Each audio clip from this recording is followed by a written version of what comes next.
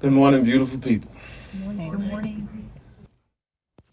The Chicago Public Schools Law Department targeted at least 6 principals for removal last year, and all 6 were Black.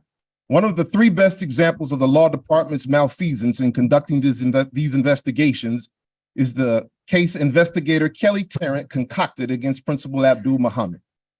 When Muhammad was removed from his position as the rightful principal of Lindblom Math and Science Academy, he was not given any due process. They didn't even tell him what he was charged with. It wasn't until we made clear our intent to file a lawsuit that the law department released the charges and the investigative report to Muhammad. Once we got the report, we realized why they didn't want to release it. Not only are the charges in the report provably false, they are petty. And the law department knew they were petty. And we believe this because, number one, they tried to prevent the report from being released. And number two, when we forced them to release it, listen to me. We forced them with a letter sent on April 14th. 3 days later, on April 17th, they got the inspector general to open up yet another investigation against Muhammad, months after he'd been removed. Like the claims in the first investigation, the claim in the new investigation is provably false. Unlike the first investigation, however, the new claim was failure to report sexual misconduct. So it is not petty. So I want to focus my comments on the connection between the false claims and the petty accusations in the original investigative report and the false claim and serious accusations at the heart of the new investigation. Please listen closely. CPS's own Aspen report shows that a young female student was sexually harassed on 3 different occasions by an adult male security guard. This is in your report. And she reported this harassment to at least 4 different Lindblom staff members. And 3 of the 4 staff members failed to call DCFS, failed to call the OIG, failed to inform the principal, and failed to complete an Aspen report. It's important to note that all of these failures typically lead to the person being fired. It is also important to note that none of these 4 staff members was Abdul Muhammad. In fact, the Aspen report shows that the only time DCFS was called was when the 4th staff member informed Mr. Muhammad, who then directed that staff member to complete the Aspen report and call DCFS. Kelly Tarrant had to have read the Aspen report because it's the only thing documenting the harassment that she's saying Muhammad failed to report. Therefore, she had to have known the danger these staff members put that student in by failing to report the sexual misconduct the student alleged. Tarrant had to have known that the very report she was reading would not have existed if Abdul Muhammad had not instructed that 4th staff member to call DCFS and complete the report. Yet somehow, Tarrant, under the supervision of Libby Massey and Ruchi Verma, forwarded Muhammad's name to the OIG to be investigated for failure to report, while giving at least 3 staff members who put that child in danger a pass, which allowed them to remain at Lindblom and fail that child again, and fail other children again, and again, and again. This is your law department. If the documented evidence shows that Muhammad was the only one who acted decisively to keep this student safe, then how did Kelly Tarrant, Libby Massey, and Ruchi Verma justify recommending the OIG investigate Abdul Muhammad? Well, Tarrant used the word of Lindblom clerk LaConda McDaniel, who with no evidence whatsoever told Tarrant that Muhammad didn't report the accusation because the student wanted to be anonymous. Tarrant then elevated the word of this clerk over the documented Aspen report that clearly shows Muhammad did exactly what McDaniel said he didn't. Right now, I'm going to pause this part, please focus, and talk about other places in Kelly Tarrant's original investigative report, the one with the petty accusations, that contain obviously false claims from LaConda McDaniel that Tarrant took as fact, so that we can see Tarrant's pattern of using McDaniel to fabricate outlandish claims against Muhammad. Kelly Tarrant concluded in her investigative report that Muhammad completed a form for a vendor that he wasn't supposed to complete. 1, petty, but let's go on. When Muhammad told investigators to check with the Office of Procurement so that they would know that procurement policy says that principals must complete this form, Kelly Tarrant decided that the clerk LaConda McDaniel was a higher authority than the Office of Procurement. So she fact-checked Muhammad by checking back with the clerk. LaConda McDaniel, it's right there in her own investigative report. And McDaniel told Tarrant that she, the clerk, was supposed to complete the form, in clear violation of procurement policy. But Tarrant privileged McDaniel's words over district policy. In another example, Tarrant's report says that Muhammad made odd or strange purchases for a pep rally. Listen to this. These so-called strange purchases included balloons and a DJ for a pep rally. And who is the authority that Kelly Tarrant relied on to fact check whether or not balloons and a DJ were odd purchases for a pep rally? Anybody care to guess? The school clerk, LaConda McDaniel.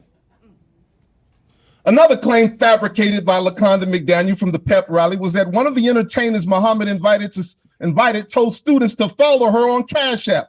Once again, petty, as if he can control what this person is saying. But let's go on. Standing in contradiction to McDaniel is the evidence. One, the pep rally was videotaped, and at no point in the tape did anyone say this.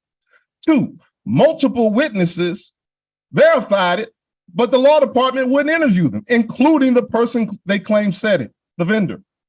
And three, anyone who makes the slightest effort to investigate that claim knows that you cannot follow someone on Cash App. It's not a social media app. Despite the fact that the evidence contradicts McDaniel, and McDaniel herself provided no evidence to support her claim, Tarrant once again went with McDaniel's word against Muhammad over the evidence supporting Muhammad.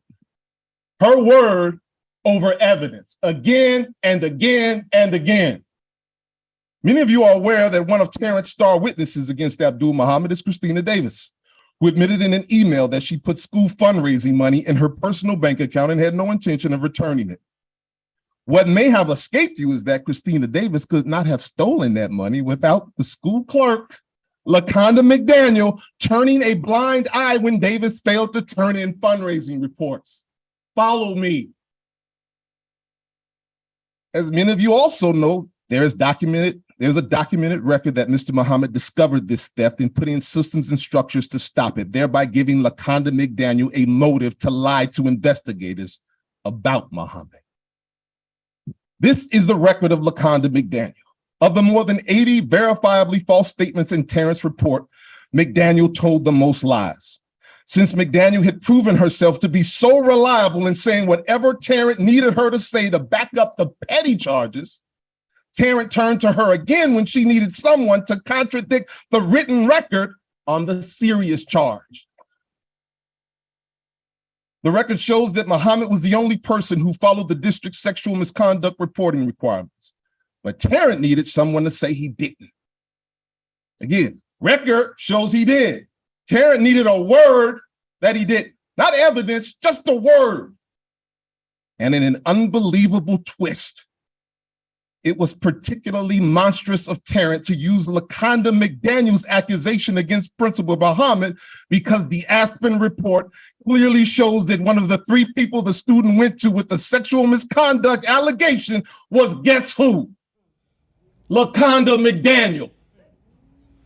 It's right there in the report. They didn't even interview the student. Yet LaConda McDaniel did not call DCFS, did not call the OIG, did not complete an Aspen report, and did not inform the principal. This is the person that Kelly Tarrant used to fabricate a claim that Muhammad failed to report. You can't make this up. Lindblom teacher Danielle Atta is also one of the 4 staff members listed in the Aspen report as having been told directly by the student of the sexual harassment. Yet Atta too failed to call DCFS, failed to call the OIG, failed to complete an Aspen report, and failed to inform the principal. Danielle Atta, the one who failed to report, is also one of the 7 white teachers that Kelly Tarrant relied on to make multiple verifiably false claims against Principal Muhammad. It is right there in the report. Again, you just cannot make this up. It's as if Tarrant was mocking Mr. Muhammad, mocking the very concepts of justice and student safety, and mocking you. If you do not act, Daniel Atta and LaConda McDaniel, who fabricated claims and endangered a victim of sexual misconduct, will be at Lindblom this fall to endanger those students again. And Abdul Muhammad, the man who insisted those staff members follow student safety protocols, will not be there to protect them. That's right. Abdul Muhammad, of course, is not the only victim of Kelly Tarrant and her supervisors, Libby Massey and Ruchi Verma. Dr. Kimberly Gibson and Principal Gerald Murrow were also victimized. Gerald Murrow was removed in December, and nearly 8 months later, Tarrant still hasn't told him what he's charged with beyond some vague mismanagement allegation. That's it, 8 months, and that's all he's gotten. Brittany Griner got more due process from Russia under Vladimir Putin than Gerald Murrow got from CPS under Pedro Martinez. And that's not hyperbole. You can measure that. What is due process? Well, you know what you're charged with. Do we know what Brittany Griner was charged with? Yes, we do. Drug possession, marijuana, right?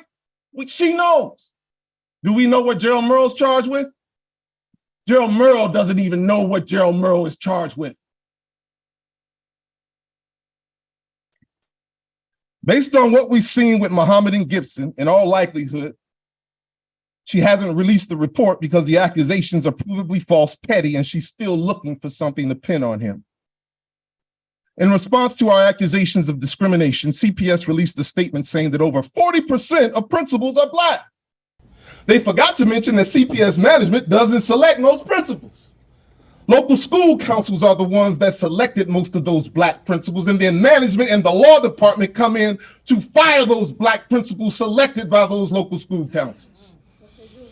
And when the LSCs resist, hold up, they opened up investigations against the Black LSC members. As a matter of fact, the Dunbar Local School Council was so supportive of Gerald Murrow that Tarrant opened up investigations against them for financial claims that are supposed to be handled by the OIG. In addition to her investigation of the Dunbar Local School Council, guess who else Tarrant is investigating? Lynn White, the Black Lindblom LSC member who is the most vocal supporter of Abdul Muhammad. You cannot make this up. But Kelly Tarrant has thus far been able to make up anything she wants and get away with it. Tarrant, of course, is not acting alone. Staff from the Office of Network Supports and the Office of LSC Relations were also directly involved in front of witnesses in sabotaging Muhammad while he was applying for the job at Lindblom, which means someone used law, someone used network support, someone used LSC Relations in a coordinated attack on Muhammad.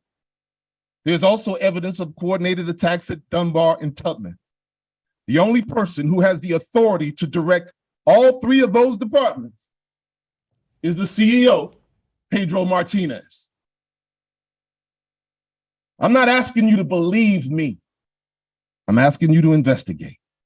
Specifically, I'm asking you to contract an independent firm to investigate the departments and the systems that disproportionately targeted and persecuted Black principals, and suspend all board employees implicated pending the results of this investigation. And those suspensions should include the CEO, Pedro Martinez. That's right. If something like this happened under a principal's watch, you all wouldn't let them sit in that office another day. Lastly, I'm asking you to return Abdul Muhammad, Gerald Murrow, Kimberly Gibson, and all principals who were discriminated against and persecuted by CPS officials to their rightful positions, and issue a public apology to the principals and their school communities. Apologize to the children for what you did to their schools when you took out their leaders. Lastly, I'm asking you to join with us to be an ally in calling for investigations and actions from the Department of Justice Civil Rights Division, the state legislature, and the Illinois Human Rights Commission, and the Illinois State Board of Education. Something occurred to me on the way here after we wrote this statement. Take another 60 seconds. There's a commonality between these Black principals who were targeted. It struck me. One of them is a Black principal over a majority white school. The other is a Black principal over a majority Latino school. All of the other four lead schools in gentrifying communities. They didn't touch the deep South side. They didn't touch the Southwest side.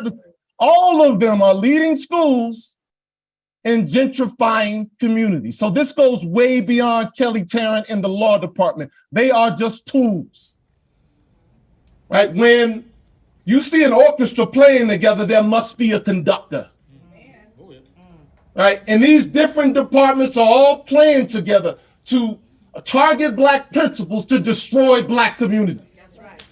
I'm not asking you to believe me. I'm asking you to investigate. Are there any questions?